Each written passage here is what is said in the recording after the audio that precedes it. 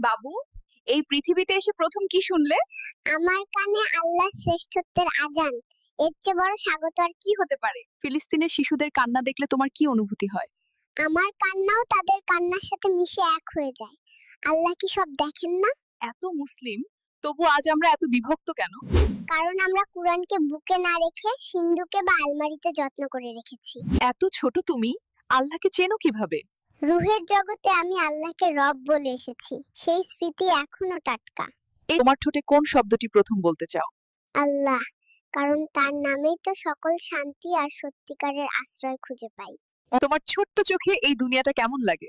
খুব সুন্দর, কিন্তু বড্ড গোলমালের। সবাই শুধু দুনিয়া নিয়েই ভীষণ ব্যস্ত। তো এই পৃথিবীতে তোমার সবচেয়ে নিরাপদ আশ্রয় কোথায়? মায়ের কোল এবং আল্লাহর কাছে সিজদা, উভয়ই আমার কাছে আরশের ছায়ার মতো। বাবা মায়ের জন্য দোয়া কি তুমি জানো?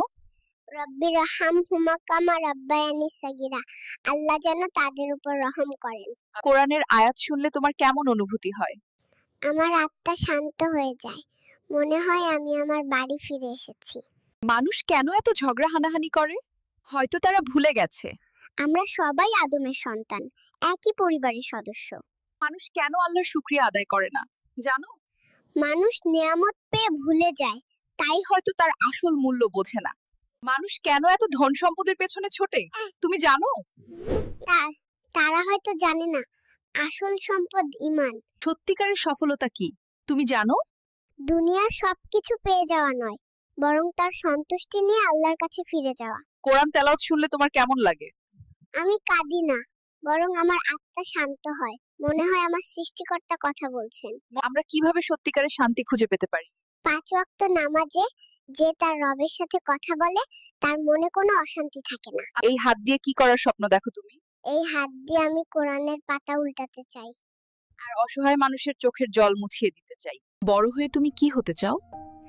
আমি আল্লাহর একজন ভালো বান্দা হতে চাই, যিনি সবাইকে ভালোবাসবেন।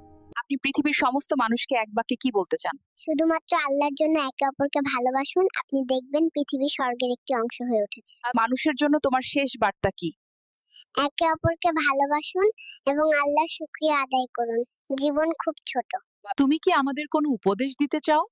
আল্লাহর অপর ভরসা রাখুন, ঠিক যেমন আমি আমার মায়ের অপর রাখি।